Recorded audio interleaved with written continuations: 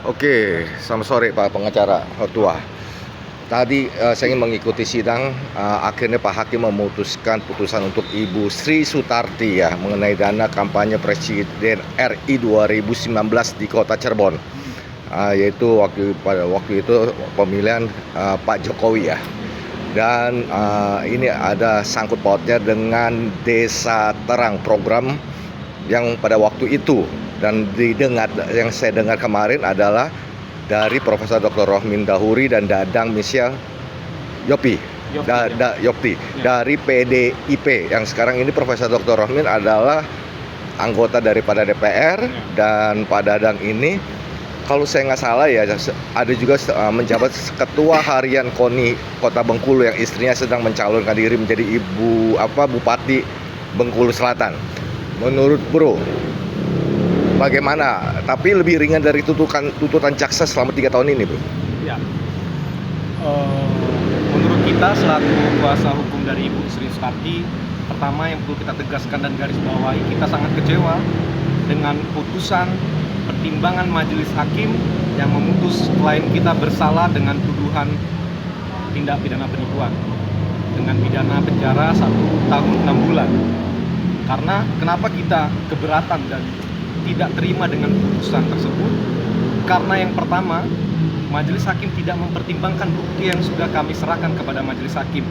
Pertama, terkait surat kuasa khusus, surat kuasa menerima dana dari korban, yaitu PT Adirayan Teknologi, Pak Nur Cahyoyekti, yang sebenarnya klien kita menerima uang atas dasar surat kuasa.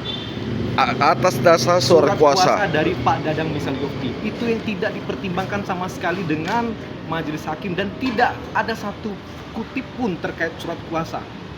Padahal surat kuasa itulah yang menjadi dasar Sri Sutarti menerima dana sebesar 700 juta dari Bapak Nur Cahyoyekti yang dalam hal ini sudah almarhum. Yang kedua, perlu digarisbawahi juga bahwa tuduhan terhadap klien kita, tindak pidana penipuan, jelas tidak terbukti dalam fakta persidangan. Kenapa? Karena 2 orang, yaitu Dadang Michelle Yopti dan Prof. Rohmin Dahuri, tidak hadir tanpa alasan. Walaupun berusaha untuk dipanggil paksa. Iya, sudah dipanggil paksa khusus Dadang Michelle Yopti.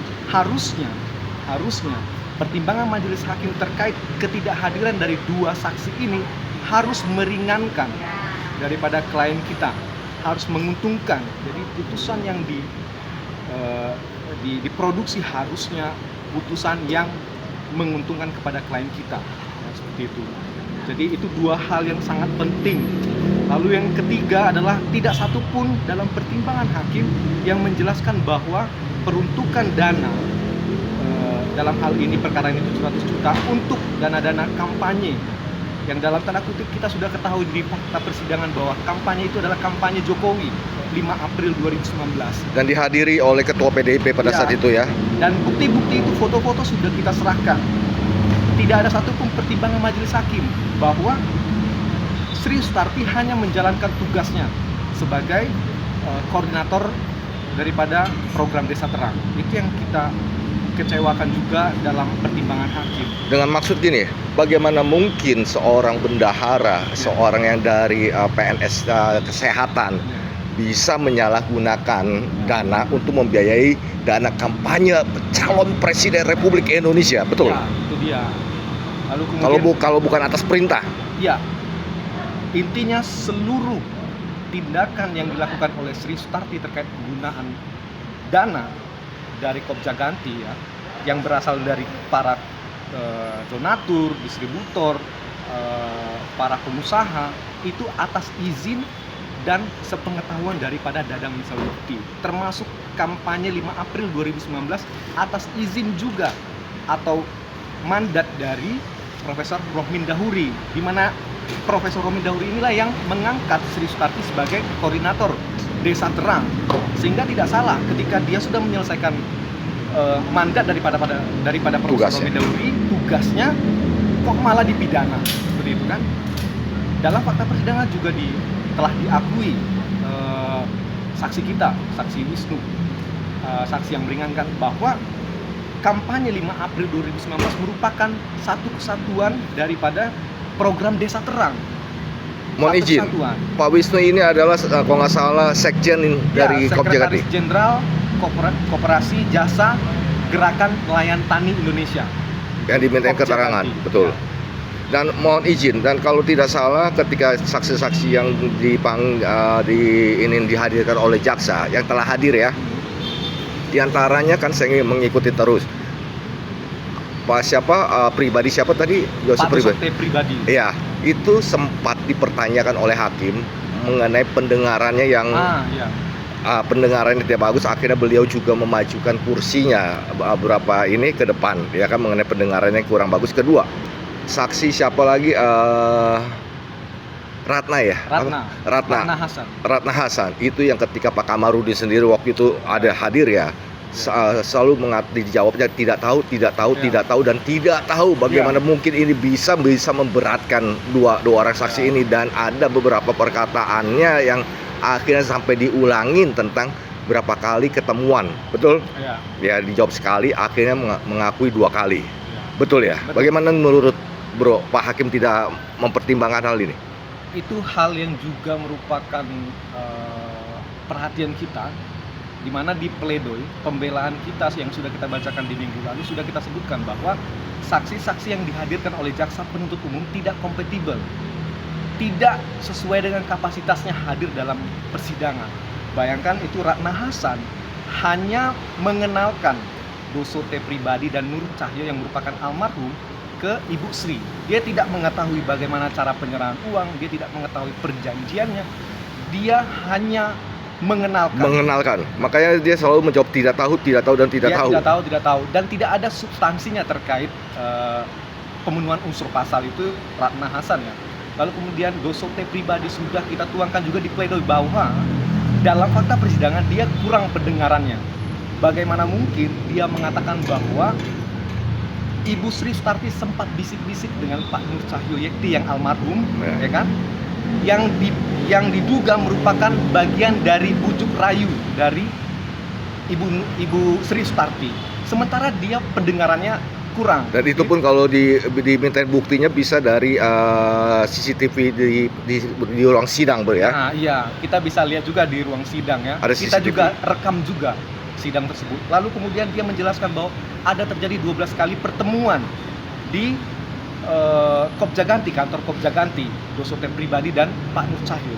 Tidak mungkin dalam 12 kali pertemuan itu tidak ada pertemuan dengan Pak Dadang Misalyokti, ya kan? Sangat mustahil. Karena sudah dijelaskan dalam saksi kita Pak Wisnu bahwa sudah ada ruang khusus Pak Dadang di kantor Kopjaganti, sehingga sangat mungkin terjadi ada pertemuan Nur Cahyo Yekti Dosote pribadi dengan Pak Dadang Misalyokti. Lebih dahulu pertemuan tersebut, lalu kemudian ketemu dengan Ibu Sri Sutarti. Meskipun itu baru asumsi, tapi itu logis. Ada 12 kali pertemuan Pak Dosote pribadi. 12 kali pertemuan, dan itu disebutkan dalam fakta persidangan dan direkam juga. Kita ada rekamannya. Gitu. Jadi tidak mungkin hanya seolah-olah dalam pertimbangan hakim keterangan Teti yang menunggu di mobil, lalu kemudian melihat atau mendengar dari Pak Dosote pribadi Pak Nur Cahyo yang menyerahkan uang, dibujuk oleh si Ibu Sri Sutarti yang merupakan klien kita. Itu kan sangat tidak logis. Siapa yang bisa melihat itu? Sementara Ibu Teti tidak mengetahui sama sekali. Sebenarnya dalam fakta persidangan beliau sudah mengatakan bahwa dia tahu perkara ini dari pembicaraan almarhum suaminya sewaktu hidup.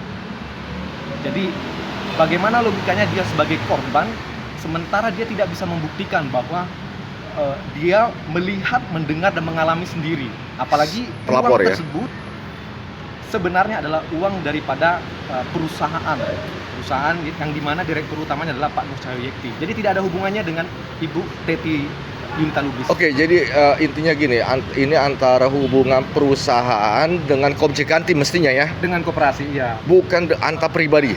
Bukan antar pribadi. Sedangkan tuduhan yang dilaporkan adalah tuduhan penggelapan atas dasar pribadi. Iya, itu dia, penggelapan penipuan atas dasar kerugian pribadi secara pribadi. agak aneh kenapa Pak Hakim. Nah, itu dia makanya di dalam pertimbangan mempertimbangkan. juga tidak ada pertimbangan terkait ketentuan hukum tentang koperasi, ketentuan hukum tentang perseroan terbatas, ya kan?